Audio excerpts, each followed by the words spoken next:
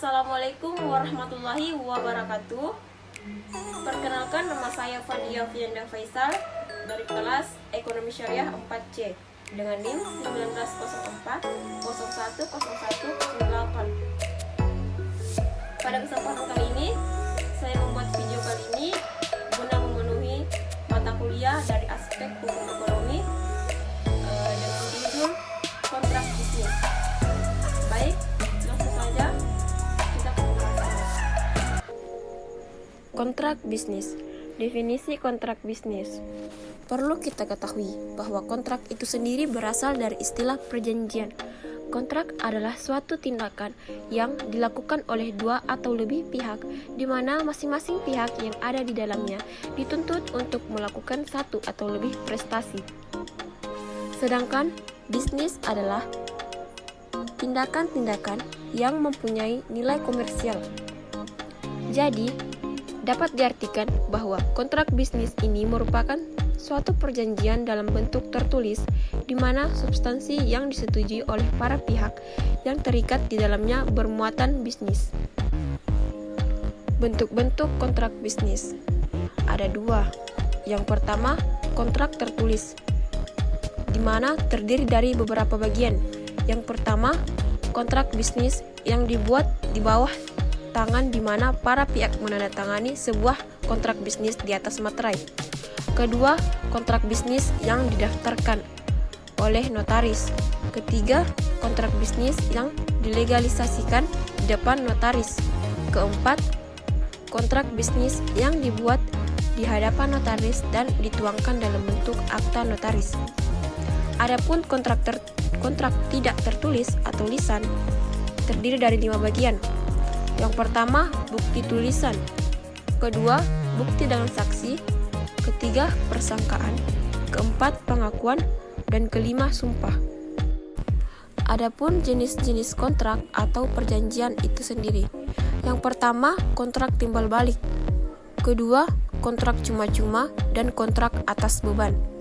Ketiga, kontrak bernama dan kontrak tidak bernama. Keempat, kontrak campuran. Kelima, kontrak obligatoir. Keenam, kontrak kebendaan. Ketujuh, kontrak konsensual dan kontrak real. Dan yang terakhir, kontrak atau perjanjian yang istimewa sifatnya. Subjek kontrak ada 3. Yang pertama, para pihak yang mengadakan kontrak itu sendiri. Kedua, para ahli waris mereka dan mereka yang mendapat hak daripadanya. Ketiga, pihak ketiga. Syarat-syarat sahnya kontrak. Yang pertama, mau sepakat untuk mengikat diri atau berkomitmen. Kata sepakat di dalam perjanjian pada dasarnya adalah para pihak yang membuat perjanjian harus sepakat atau setuju mengenai hal-hal pokok atau materi yang diperjanjikan, di mana kesepakatan itu harus dicapai dengan tanpa ada paksaan, penipuan, atau kekhilafan. Kedua, cakap untuk membuat suatu perikatan. Syarat sahnya perjanjian yang kedua menurut pasal 1320 KUH Perdata itu sendiri adalah kecakapan para pihak untuk membuat perjanjian. Dari kata membuat atau mengadakan perikatan dan perjanjian dapat disimpulkan bahwa masing-masing pihak yang berkontrak harus ada unsur niat atau sengaja. Yang ketiga, suatu hal tertentu. Syarat sahnya yang adalah dalam membuat perjanjian, apa yang diperjanjikan atau objek perikatannya harus jelas. Pasal 1333 KUH Perdata ayat 1 mengatakan bahwa suatu perjanjian harus mempunyai pokok suatu benda atau zat yang paling sedikit dapat ditentukan jenisnya.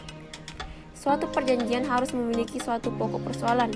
Oleh karena itu, objek perjanjian tidak hanya berupa benda, tetapi juga berupa jasa. Yang keempat, suatu sebab yang halal. Artinya tidak boleh memperjanjikan sesuatu yang dilarang undang-undang atau bertentangan dengan hukum, nilai-nilai kesopanan, ataupun ketertiban umum. Contohnya, melakukan perjanjian jual beli barang haram narkotika, atau perjanjian perdagangan orang atau manusia, dan sebagainya. Perjanjian semacam ini dilarang dan tidak memenuhi syarat sah suatu perjanjian atau kontrak. Asas-asas hukum kontrak. Yang pertama, asas konsensualisme. Merupakan asas yang mengatakan bahwa perjanjian pada umumnya tidak diadakan secara formal, tetapi cukup dengan adanya kesepakatan kedua belah pihak. Kedua, asas kepercayaan. Adalah seorang yang mengadakan kontrak dengan pihak lain harus dapat menumbuhkan rasa kepercayaan di antara kedua belah pihak, yang mana satu sama lain akan memenuhi prestasinya. Tanpa adanya kepercayaan, maka kontrak tidak mungkin akan diadakan oleh para pihak. Ketiga, asas kekuatan mengikat. Menegaskan bahwa para pihak harus memenuhi apa yang telah diperjanjikan, sehingga merupakan ikatan para pihak satu sama lain. Keempat, asas kepatutan. Yang termuat dalam pasal 1339 KUH Perdata menyebutkan bahwa suatu perjanjian tidak hanya mengikat untuk hal-hal yang dengan tegas dinyatakan di dalamnya, tetapi juga termasuk untuk segala sesuatu yang menurut sifat perjanjian diharuskan oleh kepatutan itu sendiri. Kelima, asas kebiasaan. Asas ini dipandang sebagai bagian dari perjanjian. Suatu perjanjian tidak hanya mengikat untuk apa yang secara tegas diatur, akan tetapi juga hal-hal yang menurut kebiasaan lazim diikuti. Dan yang terakhir, asas kepastian hukum. Merupakan suatu asas yang menurut Gustav Radbruch termasuk ke dalam nilai dasar hukum. Asas ini pada pokoknya mengharapkan dan mewajibkan hukum dibuat secara pasti dalam bentuk yang tertulis. Penyusunan kontrak.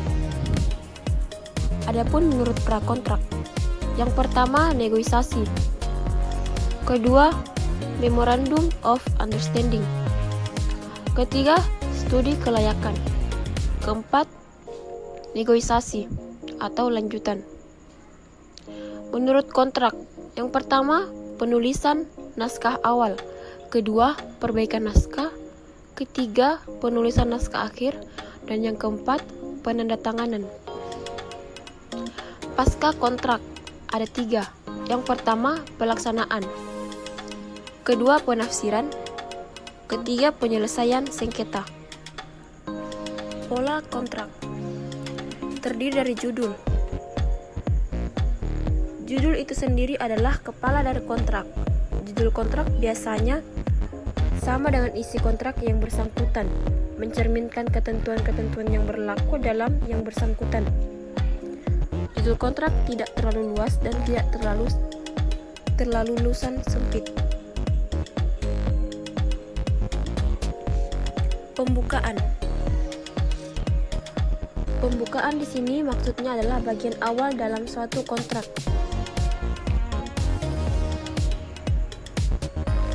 Ketiga, pihak-pihak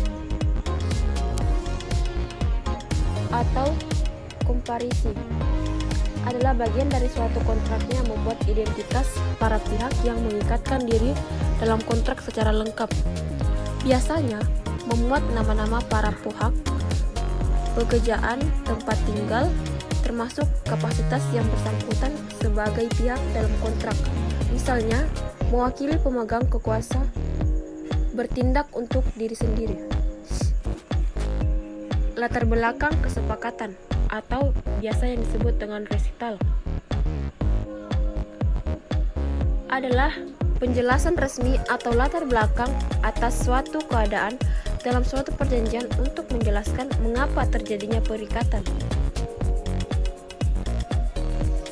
Kelima, isi,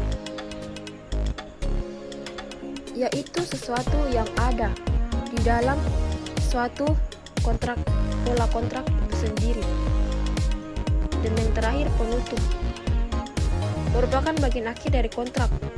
Bunyi bagian penutup adalah berbeda antara kontrak yang satu dengan yang lain, baik yang dibuat dalam bentuk akta di bawah tangan maupun akta otentik. Akibat kontrak. Akibat dari kontrak yang sah adalah telah berlakunya sebuah kontrak yang itu digunakan sebagai undang-undang bagi mereka dengan pihak lainnya.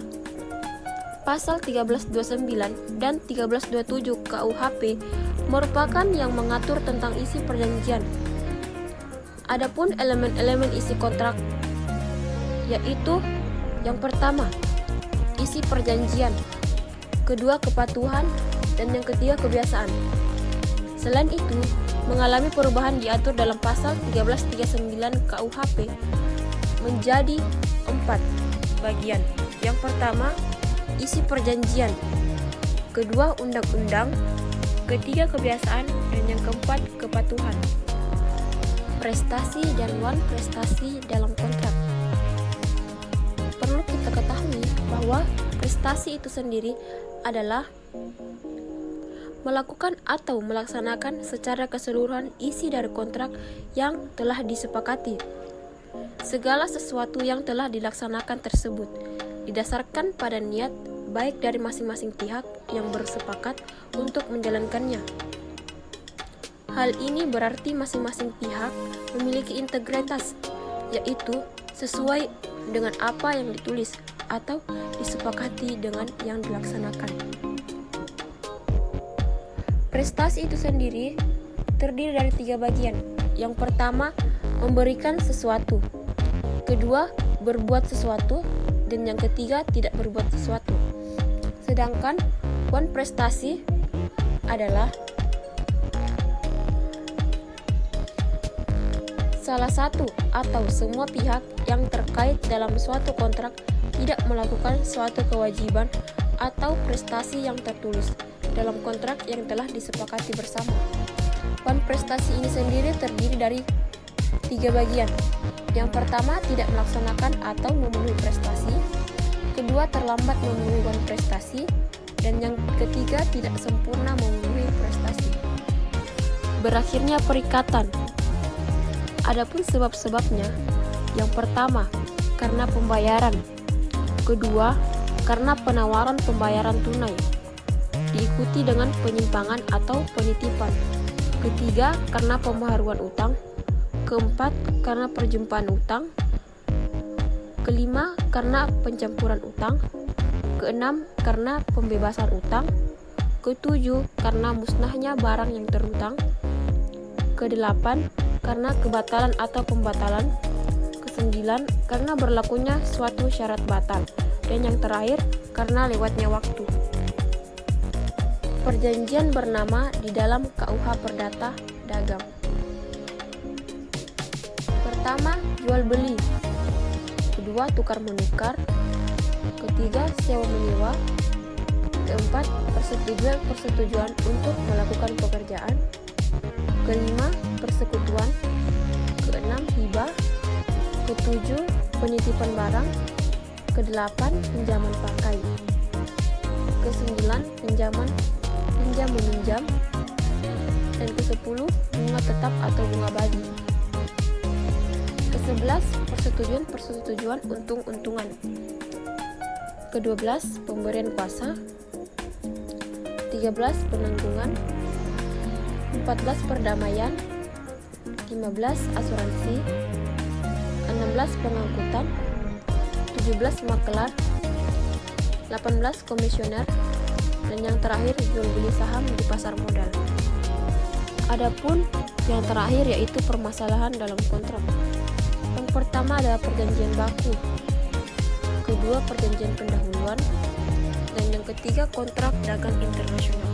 Baiklah, itulah materi yang sudah saya jelaskan. Kurang dan lebihnya mohon dimaafkan. Saya akhiri dengan ucapan wabillahi taufiq wal hidayah. Assalamualaikum warahmatullahi wabarakatuh.